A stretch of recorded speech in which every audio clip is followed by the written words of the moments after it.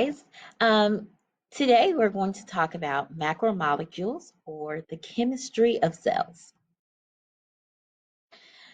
So by the end of this lesson, I'm hoping that you'll be able to describe the role of organic molecules in the cell, compare these organic molecules and talk about their roles in the cell, and tell the difference between monomers and polymers. There are four groups of nucleic acids. There are carbohydrates, there are lipids, nucleic acids, and proteins. Every single one of these types of macromolecules are going to include carbon. So let's talk about carbon. So carbon is able to form four different bonds with things. These bonds are called covalent bonds. And covalent bonds are bonds where the elements will share electrons. So they're not taking all the electrons for themselves, they're going to share with their partner. And here's a picture of carbon. This is called the Bohr model. So a little more about carbon.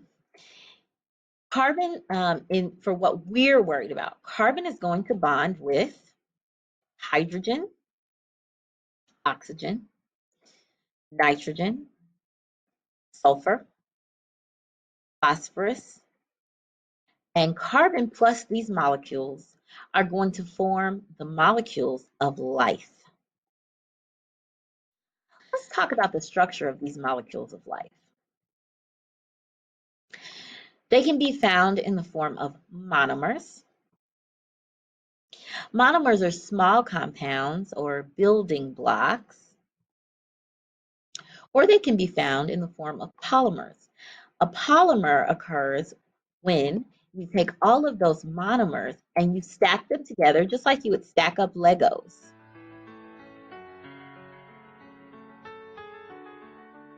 Can we pretend that airplanes in the night sky like shooting stars? I could really use a wish right now, wish right now, wish right now. Can we pretend that airplanes in the night sky like shooting stars? I could really use a wish right now, wish right now. When we combine monomers and stack them up like Legos to make a polymer, we make water. This type of reaction is called a dehydration reaction or a condensation reaction. When we take polymers and break them down, it's called hydrolysis. And instead of giving us water, we need water for hydrolysis. So again, when we put all of the monomers together to become polymers, this is called polymerization. And remember that putting monomers together is going to give us water. If we want to take that polymer apart and make our monomers again, we're going to require water. We're going to need water. All right, so let's jump right into the groups of macromolecules. The first group we're going to talk about are carbohydrates, and I bet you've heard of carbs before. Carbohydrates are made of carbon, hydrogen, and oxygen. You may see me refer to them or write CHO compounds. That refers to the fact that they're made of carbon, hydrogen, and oxygen. They are going to be the main source of energy for your cells.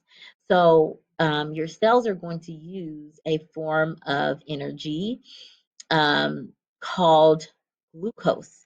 And we're going to talk about how glucose is made in cells, and we're going to talk about how cells use that fuel or source of energy in a process called cellular respiration. For the human body, they are also a main source of energy, and they're going to be found in fruits, veggies, and grains. This is a fast energy source for your body. So this is the energy that's going to be used really quickly and it's going to be the first source of energy. Sugar is a carbohydrate. And remember I mentioned a sugar called glucose that your cells are going to use and that we're going to learn more about? Let's talk a little more about sugars because, of course, that's what's coming in this course. Simple sugars are the monomer of a carbohydrate. So if we have a sugar that's just one sugar unit all by itself, it's called a monosaccharide. Do you see the beginning of the word monosaccharide? M-O-N-O, mono. That means one. Okay, so a monosaccharide is one simple sugar all by itself. There are some examples of this that we're going to talk about one at least in this course. So the first example is glucose. And remember that I said that glucose is something that your cells are going to be using to make energy. Another example of this is fructose. Glucose looks like that. Fructose looks like that. And if you look at the chemical structures, you will see that they only contain carbon or C, hydrogen or H, and oxygen or O. These are CHO compounds. Now, disaccharides are another type of sugar. Can you guess how many sugars are in a disaccharide? I'm going to give you a minute. If you said two, you are correct. The DI part of the word tells us that there are two sugars. Di means two. Are formed when two monomers join together, two monosaccharides join together. One example of this that you're very familiar with is table sugar or sucrose. Sucrose is made when glucose and fructose, are two monomers from the last slide, join together. And finally, we've got polysaccharides. The poly part of the polysaccharide tells us that it's more than one sugar joined together. So we're going to make a polysaccharide, we're going to take many monosaccharides and we're going to stick them together through dehydration synthesis. Some examples of this are starch and glycogen. Both are used by your body. Sugar is going to be energy storage. Remember we talked about the sugar that your cells use. There's energy stored within those covalent bonds of the sugar.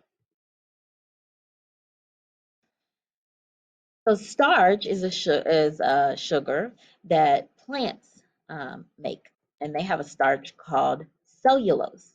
Cellulose helps to give plant cells their shape and their rigid structure. And then there's glycogen, which is something that animals use. All right, let's talk about the next category of macromolecules.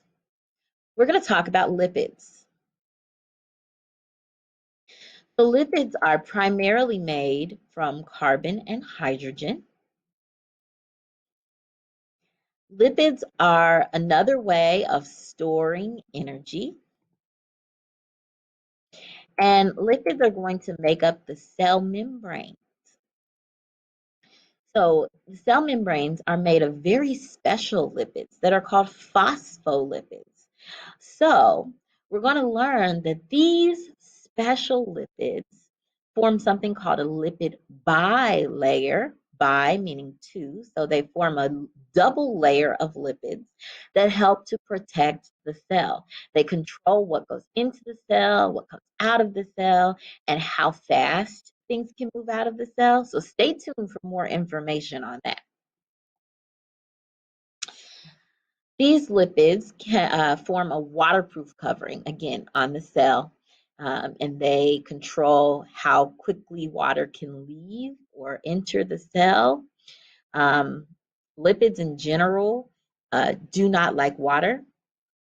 They're very hydrophobic. So phobia means afraid of. So they're afraid of water. Um, and that makes them waterproof. So lipids are not soluble in water. They're hydrophobic. They cannot dissolve in water. I'm sure that we've all seen water and oil mixed together or put together, and we know that they don't mix. Okay, we're always gonna have a layer of oil on top of our water. Here are some examples of lipids. Chlorophyll in plants is a pigment that helps to absorb light, and we use it in photosynthesis. I mentioned before, but I'll mention again that we call the cell membrane a phospholipid bilayer, meaning a double layer of special lipids called phospholipids. So, in other words, this bullet point mentions the cell membrane. So the cell membrane is going to be a waterproof covering for a cell that's going to protect the cell. It's going to keep things from leaving the cell that don't need to leave and keep things from entering the cell that don't need to enter. Triglycerides are another type of lipid. Another type of lipid is triglycerides. Triglycerides are shaped like the letter E. And we're going to kind of talk about what triglycerides are made of. So let's think of the letter E as two different parts. So we've got the backbone or the back part of the E, and then we have the lines that come out from the E. Okay, so let's think about those as the parts of a triglyceride. So the backbone of the letter E is going to be made of a molecule called glycerol. Attached to glycerol are three fatty acid molecules. Okay, so we've got two parts of a triglyceride, the backbone, that's glycerol, and then three fatty acid molecules. There's a picture of a triglyceride. Now, when we talk about macromolecules, bonding or how molecules attach to each other is very important. In lipids, most of the carbon atoms are going to be bonded to either one hydrogen or two hydrogens. So it might be a carbon in the middle with a hydrogen on each side, or a carbon in the middle with one hydrogen on it. Either way, the bonds between these molecules are going to be where the energy is stored. Now, there are two types of lipids, and the type depends on what the bonds look like. Here's a picture of what I was talking about. So with this saturated fatty acid, you see that every single carbon is attached to two hydrogens, and then it's got two carbons as well, except for this last carbon here. Okay, so we've got carbon here, got a carbon here that's a little different. This one actually has three hydrogens. But do you see that it's straight? Okay, remember that saturated fatty acids are going to be solid at room temperature. Unsaturated fatty acids have all of these carbons that are attached to hydrogens, but we have this double bond here where we have two carbons attached to each other. Okay, that causes it to not be straight, but to kink in this way. And it causes it to be liquid instead of solid at room temperature. Now let's get to our third category of macromolecules. They're called proteins. Proteins are made of carbon, hydrogen, oxygen, and nitrogen. Four different things. Proteins are made up of amino acids, and this is one of the things that you, at this moment, right now, right this second, memorize it. Proteins are made of amino acids. That's very, very, very important. Amino acids, again, are the building blocks or the little pieces that make up proteins. They're the monomer of a protein. Say it 3 times right now. Amino acids are the monomer. I'm listening. I hear you. Every single amino acid has different properties, and that's because they have something called an R group. So that R group gives every amino acid its own special properties.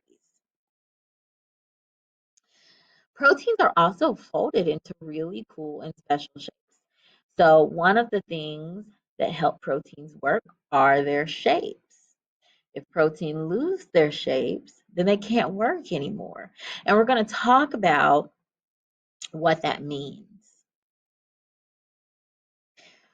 All right, so we have the structure of an amino acid. Remember I mentioned the R group. Can you find the R group on this picture? Yeah, it's at the bottom. The R group is what's going to give that amino acid its special characteristics. So how do we use protein? To be honest, proteins make up everything. You're looking at me and I'm mostly protein. So one way that we use proteins is to control how fast chemical reactions occur, and those are called enzymes. We're going to talk about enzymes in this unit a little bit more. You have enzymes in your body. One of the most important enzymes for digestion is called amylase, and it's in your saliva. Fun fact, if you take a cracker and chew it, chew it, chew it, chew it, the cracker will begin to digest in your mouth. Right? Pretty cool. That's because of amylase. So proteins are also very important in the structure of cells. One of the things that helps with structural support in cells is called collagen. In muscles, there's a ton of protein. I mean, you take protein powder to build muscle, right? That's why. So proteins are also going to help to transport things inside of cells.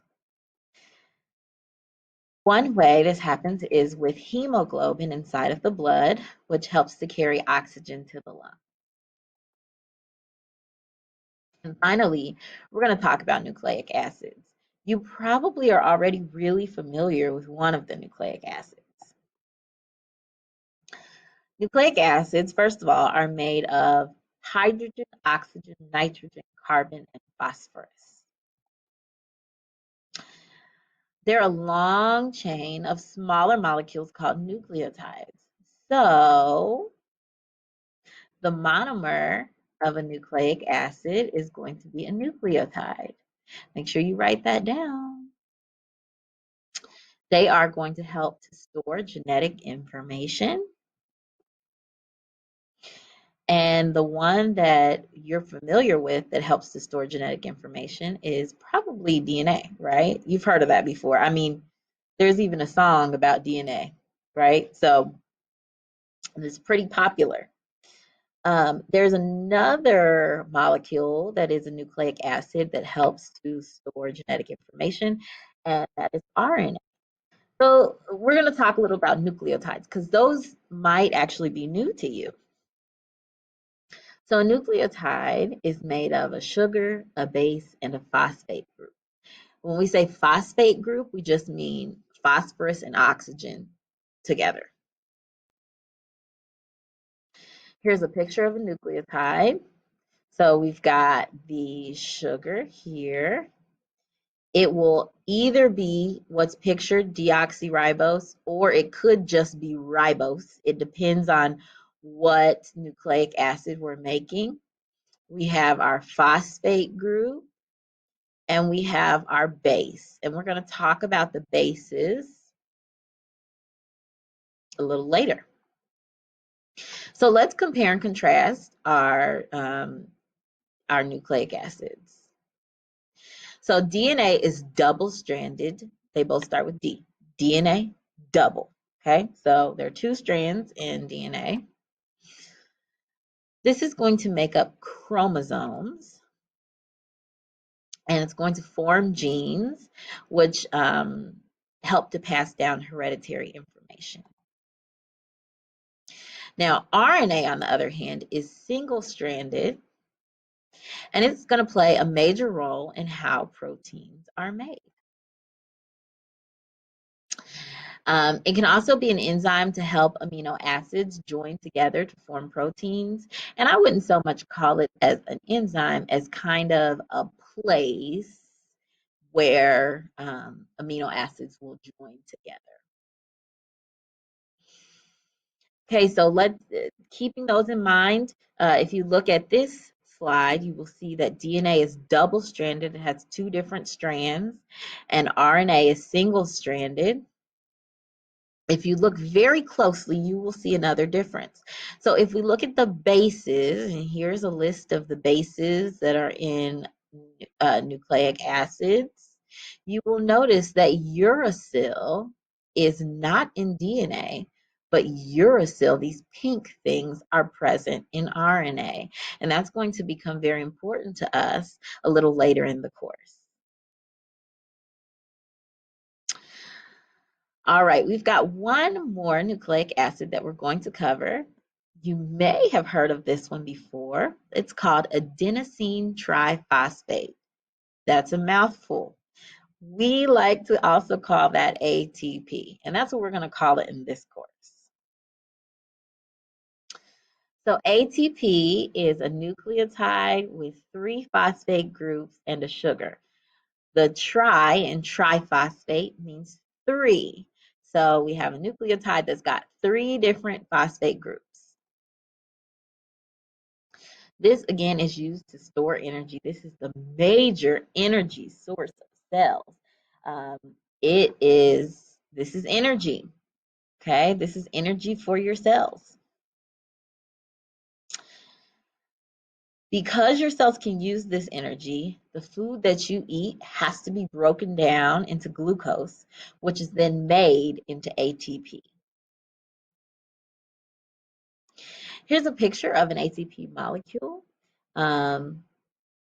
You have adenine, you have a ribose sugar, and 3 different phosphate groups. Remember, phosphate is just phosphorus and oxygens put together. It's PO4. So that's it on macromolecules. I look forward to continuing our discussion as you work through assignments and we do a lab together. We're going to have a ball this unit. All right. Thanks for watching. Bye, guys.